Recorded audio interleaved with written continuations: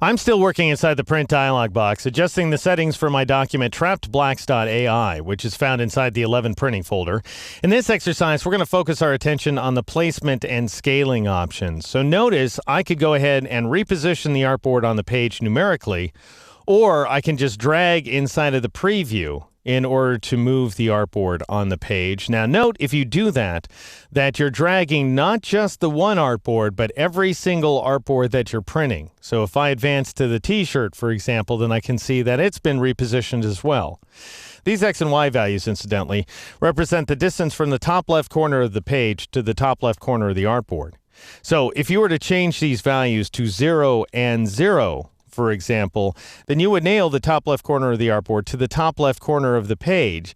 Now, it doesn't look like that's what's happening in this case. It looks like it's slightly down and to the right, and that's because it's accounting for the bleed.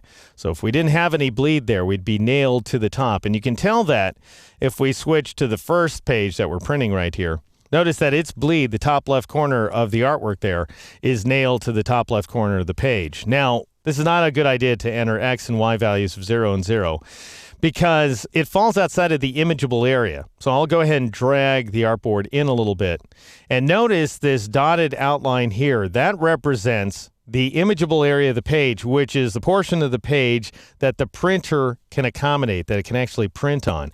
Everything outside of that is the necessary margin, again, required by the output device. And then the other dotted line, the one that traces around the artwork, that's the actual artboard. All right, so if you want to recenter the artboard, all you have to do is double-click inside of this preview, and that goes ahead and returns it to its default location. Also notice that you have the option of scaling your artwork. For example, you can go ahead and scale the artwork to fit the page. Now, this is once again applied across the board to all the artboards in your document. And so what Illustrator does is it finds the largest artboard, scales that one to fit the imageable area right there. Notice the entire artboard and its bleed fit inside that dotted rectangle. And then it goes ahead and scales the other artboards by that same amount. You can also override, if you want to, and enter a custom scale. So I could change this custom scale value to, let's say, 200%, so that I'm doubling the size of my artwork. And because the chain icon is turned on, the two values are linked together, and I'm scaling the artboards proportionally. Also notice that you have this tile option. Now, currently, it's dimmed, but it becomes available as soon as you turn on this checkbox right here, Ignore Artboards. And the idea there is, as opposed to printing one artboard per page, you're going to go ahead and print all of your artboards to a single sheet of paper. So if you want to do that, you click on Ignore Artboards, and then notice you'll only get a sliver of one of the artboards on this piece of paper, and you have the option of tiling. Now, tiling is breaking up the artwork onto multiple pages. So if you turn that radio button on, notice that Illustrator automatically tiles this massive piece of artwork onto, what is it now, 1, 2, 3, 4, 5, 6, 7, 8, 9, 10. So a total of 20 different pieces of paper. And you can just imagine what you would do with that. You'd whip out the Scotch tape or something and try to tape them all together. It's nuts. I don't really recommend that you use the tile option very often unless you have a very specific idea in mind. This is very confusing to me.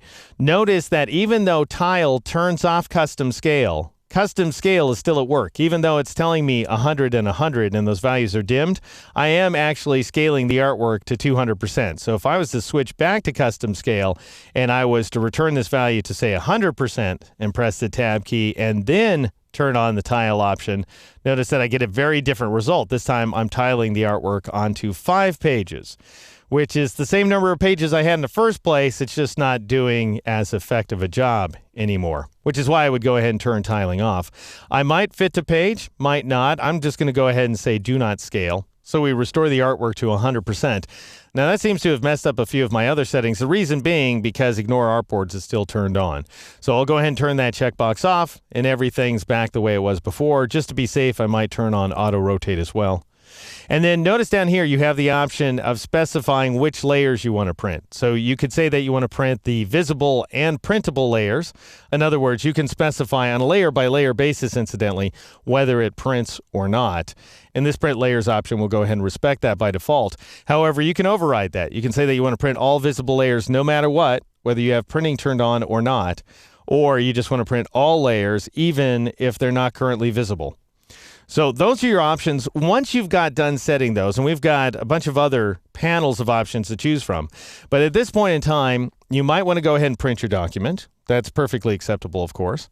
Or if you're not ready to print right now, but you do want to go ahead and save your print settings along with the document, then go ahead and click on the Done button right there. And notice that we now have an asterisk after the name of the document here in the Title tab. That's telling us that we have some unsaved changes, and those changes are exclusively those settings that we adjusted inside the print dialog box. So everything you do inside the print dialog box can be saved along with the document.